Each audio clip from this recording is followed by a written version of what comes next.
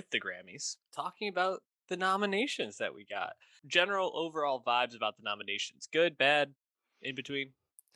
I say in line with expectations overall. If you look at the big categories, all those big names are in fact there. Nothing really too shocking, right? And of course, those names would be Adele, Beyonce, Kendrick, Harry Styles, Bad Bunny. All of them got into Album of the Year as expected. And then other people that we expected to be in the next tier pretty likely as well, like ABBA and Brandy Carlisle and Lizzo, also an Album of the Year. So nothing's really that shocking right at the top there. I guess the most shocking thing would be you have Coldplay there again, 2 albums in a row. And then Mary J. Blige kind of coming out of nowhere, definitely one we didn't see coming. That's like the big shock. Mary J. Blige first like solo Grammy nomination since the 2000s, been a long time. But yeah, that's like the big shock at the top. No Taylor Swift read Taylor's version, but weren't necessarily positive that would happen either. But yeah, I mean, more likely than not, it was in line with expectations. Yeah, that was pretty much my takeaway as well. Mary J. Blige definitely a shock to me. Also we talked last week about like our wish list, so to speak, of some of the artists that we wanted to see get some love, and you know, uh, definitely not very excited about the best new artist group. Out of I think all the artists that we were talking about being hyped to see get some love. Um, I don't know. Lotto, I guess. That's Like, it. who are we excited for in that category? Really? Yeah, so as we noted, best new artist, this was not a year with like some big names. Yeah. The past few years, the winners have been true A-listers: Dua, Megan, Billy, and Olivia Rodrigo. We didn't have anyone of that stratosphere easy nominee, easy win. So thus, it opens it up to be more interesting category. And in a sense, it is interesting because it's not nearly riddled with the star factor. That's cool, I guess. But me personally, I don't really love any of these people. I like Lotto fine, but like I was just kind of struck with the people that weren't in Best New Artist. Like I thought Zach Bryan, young upstart country star, I thought he was a lock in there. No dice, even though he did get a country like song nomination in the genre categories. Joji, very surprisingly, not there. I thought off the strength of Glimpse of Us, that was pretty safe. Alas, it didn't happen. Other stuff that I would have liked to see, but we didn't think was safe, like Fireboy DML or Snail Mail or Little Sims, no dice. 2 years in a row, they've snubbed Rina Sawayama. I can't believe it. Unbelievable. Yeah, it feels like they're almost like making them wait another year, which is just silly. And I just saw those names and I was like, well, I feel like you lost quite a few people, especially no K-pop love this year, or very little that I saw. Yeah. It just BTS My Universe with Coldplay is like the only thing.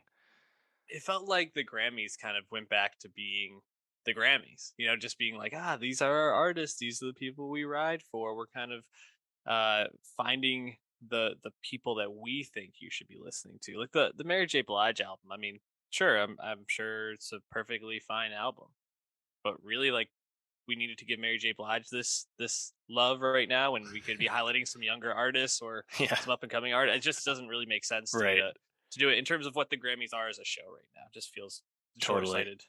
Yeah, I'd say like on the other side of that coin, you do have Bad Bunny in Album of the Year, which like had to happen. But Bad Bunny also did get pop solo performance for Moscow Mule. That is nice to see him in a non-genre category outside of Album of the Year. That is cool, I suppose. But yeah, I mean, we're still not seeing the widespread love for reggaeton and Afrobeat and K-pop the way we want to. It's still not happening.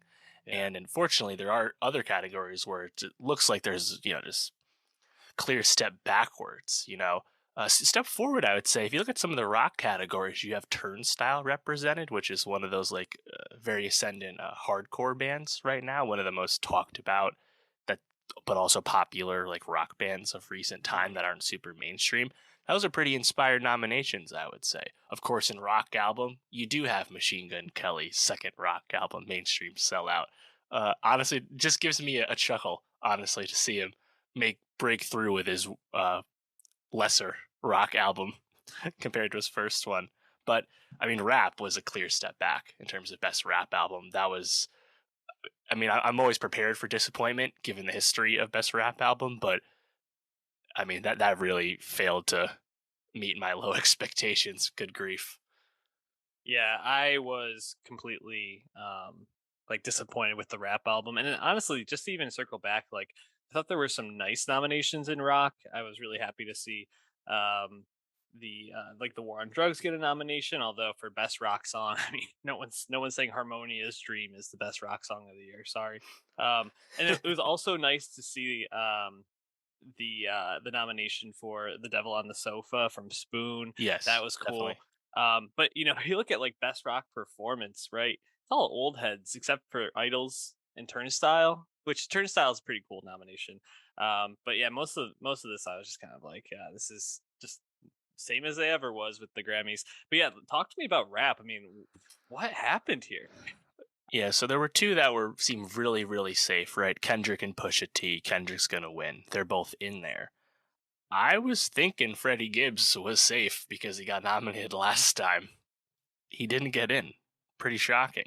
Ridiculous. I thought Jid was pretty safe as well, given how populist that album was. He's in those big circles. He's on a major label. He's been on featured on Imagine Dragons songs. He has the awareness, and the Forever Story gets completely snubbed there. I mean, it's really tough to see, you know. Other people that I didn't necessarily think were locks, but I mean, there's great candidates, right? Like Vince Staples and Black Thought. But no, you get Future, which Future doesn't shock me. That was a big record, but they'll also have Jack Harlow and DJ Khaled in there. God did the God did album is ass. Like people know that, but like total Khaled love, right? You have God did and fucking Song of the Year. Are you kidding me? Yeah, it's completely ridiculous. I couldn't believe it honestly when I first saw it because I was like watching the Grammys tweet it out and seeing the nominations, and when I saw that they had Harlow and him, I was like, man. And then Future, I just was like, this is fucking bullshit, dude. Like you have maybe one or two good albums in here. I mean, the Yeah, Pusha two. album, I'm glad, but Kendrick also like maybe Kendrick's weakest album in his last like three or four. So Yeah, it's just like, a bit of a slog. And even looking at like rap song, like what's the song there that you're really excited for? The Heart Part Five, just Kendrick. He's I just gonna win these guess. categories. I don't know. Yeah, I mean, it's definitely uninspired, right? Like a future Drake Thames song, big hit, fine, I'm okay with that. Gonna Push and P, fine, okay with that. God did, no. Jack and Drake, Churchill Downs, no. Like I just, there's just so much choice. I hate when they get stuff so wrong like this. It's really unacceptable. Um, surprisingly, Nicki Minaj, Super Freaky Girl, after all the controversy of what category it would be in, doesn't even get nominated in any category. Kind of funny. Um, but yeah, like look at melodic rap performances. Like, oh, another Khaled song. Hmm. First Class, shocker. Lotto Big Energy. I'd root for that song, honestly. But rap performance has by far the surprise of the rap nominees, which would be Glorilla FNF Unbelievable. out of nowhere, one of the biggest, most surprising viral rap songs of 2022, have the Grammys actually be on the ball in that manner, nominating a brand new female rapper from Memphis. That's actually like insane. And that's what we'd love to see in the Grammys post nominating committees era, you know? But the fact that the same year they nominate Glorilla is the year they completely over nominate DJ Khaled, it's just like it's both ways. It It's sucks. always like two steps forward, three steps back with the Yep. Grammys. It's really unbelievable. Just a few other cool nominations I thought going back to rock. Yeah, yeah, yeah is getting some love. Hmm. They got for best alternative music performance with Perfume Genius for Spitting Off the Edge of the World, as well as best alternative music Right. album with. First nomination for Perfume Genius as well. So that I thought that was pretty cool. Um, and yeah, just I mentioned at the top when I was introducing you, but Taylor she got her 4 nominations, man. She still got 4 nominations at these Grammys. She's a machine, even in the year she's not really producing her top tier stuff.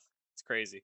Hmm. Is Yeah. this gonna be one of those years where pretty much, like, the different, like, genre categories are just run by different things? Like, Beyonce's gonna win all the, like, dance, Yes. like, stuff. Adele will Adele's win the probably gonna win traditional all the. pop stuff. Yep. Exactly. Kendrick's probably gonna run the rap.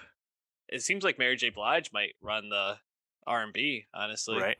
You'd have to imagine.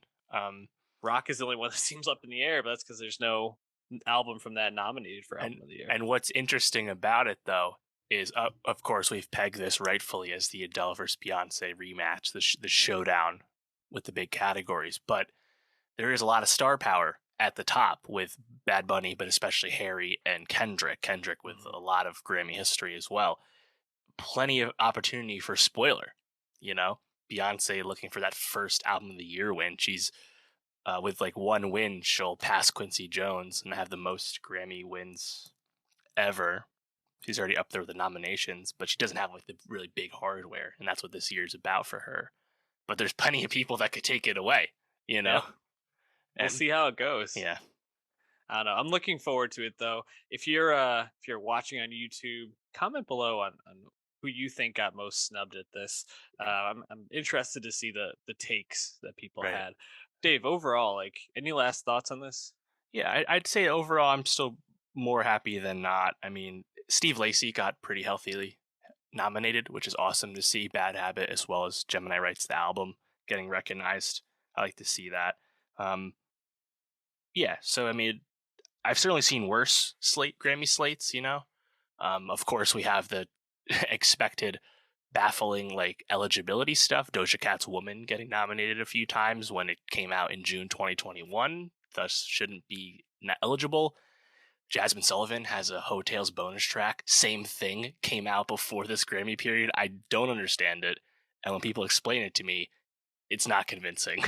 But Grammy's get a Grammy. Yeah, it's they always seem to somehow put their foot in their mouth. So they're never gonna change, and we love them for that.